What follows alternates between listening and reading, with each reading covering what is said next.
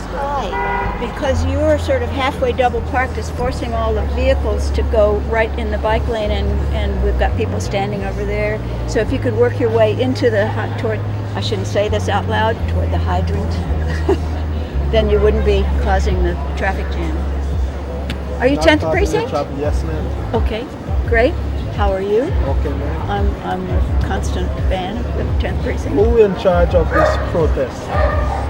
Well, that's a good question. It's kind of a grassroots thing. The precinct is aware of it and brought our stuff over yesterday. All right, let me go in more in the car. Thank you so much. You know Pamela Wolf? The mayor of 21st Street? Oh, please. You know what we're trying to do. We're trying to save the homes of the people who live here, who are still there. There are only 7 families left in that building of 23 units. Yeah. They've been forced out by the developer. In 2005, the State Division of Housing issued an order to deregulate the apartments on the grounds that they were post-73. And without any of the tenants getting any notice of that proceeding or an opportunity to answer, the agency issued an order deregulating the apartments. So we're now trying to reopen that with the lawyers. So we don't know what happened, but none of the tenants got served. Tenants are supposed to receive a notice that their unit has been deregulated in this instance, and we believe they did not receive the appropriate notice. But we will be litigating that. The only contact we received, and almost everybody in the building received this, was a dear tenant, you need to be out in 30 days. Notice just slipped under our door about 10 days after they took possession. At no point did anyone talk to us. Did anybody give us an option to keep our apartment? They just were eager to get everybody out so they can gut the building and then charge exorbitant rents in this neighborhood. There's one bedroom. I kind of stopped paying rent. I stopped paying rent in July because the conditions just became so horrendous when construction began in June that I was like, there's no way I'm going to continue to pay these people rent when they are committing violations. They have stop work orders, against their construction, and they just had absolutely no regard for what life was like for anybody in this building. The hole I was telling you about, I covered it up. If you can see how big this hole is. Wow. You could actually, and I can show you the picture, you could see into the other apartment. That blue, that's the floor of the apartment below mine. So the only thing that was separating us from the apartment below was the floorboards. So ever since June, I've had to operate as if everything I've been saying can be heard by the landlords. And it's just, that's no way to live. And there's a way to do construction. There's because if you buy a building, you have the right to change it. It's like it's your property, but you have to have respect for the tenants and in respect, both future and past. I've lived in this building for 28 years. I am a cancer survivor. This home isn't just a place where I hang my hat. It's my home. It's my sanctuary.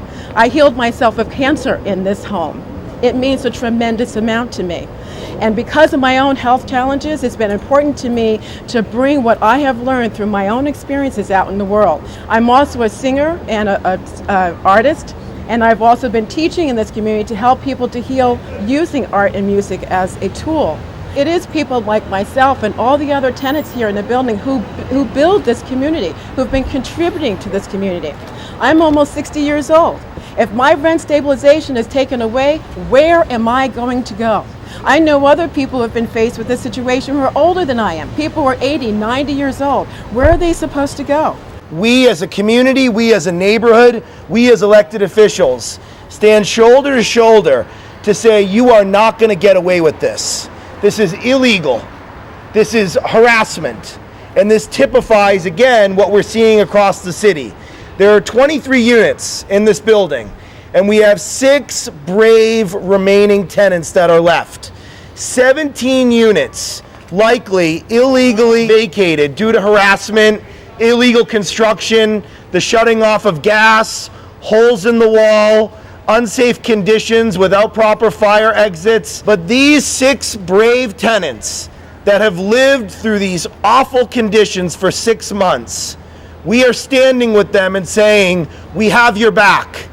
I sat up in bed at about 8:30 and I heard, he's up. And I'm like, I go, how could they possibly know that? I haven't, walking on the floor, it's very creaky. I knew they knew what room we were in at any given moment, and the construction would follow Jose and I through the apartment. It'd be, in our bedroom at 9 a.m., and then we'd go to the, living room. Suddenly it's in the living room, so that's where they're pounding. And we would just look at each other. One morning I took the mallet and I followed them. And every time they hammered, I'd hammer back. And they gave up after about 15 minutes and they stopped. We're here today to send a message to the developer and developers across the city of New York that we're not going to stand for tenant harassment. This is a very valuable piece of property. We get that, but there are tenants here who are rent stabilized, who have rights under the law to live here and have their quiet enjoyment protected. The developer has turned this building into a construction zone. Tenants have had to suffer through months and months of dust, noise, lack of hot water, no gas for cooking. It's unacceptable. And then there was harassment where they started trying the door handle. And they'd try the door handle or they'd ring the bell and you'd go and they'd be gone. Yeah, and that started happening once the unit across the hall was empty, and they kind of started using that as kind of a base of spying, basically. What's going on here is landlord greed out of control. We have rent laws and housing laws in this city and in this state in order to protect people's homes, because we have made a decision in New York that people's homes are an enormously important value that needs to be protected. And what's going on here and all across this city is landlord greed, illegally trying to throw people out of their homes, trying to destroy affordable housing because they're not satisfied with profit, which the rent laws guarantee them. They want to make obscene profits. And they don't care who they hurt, they don't care who they deprive of a home, they don't care whose property is destroyed when they smash water pipes and create floods in the building.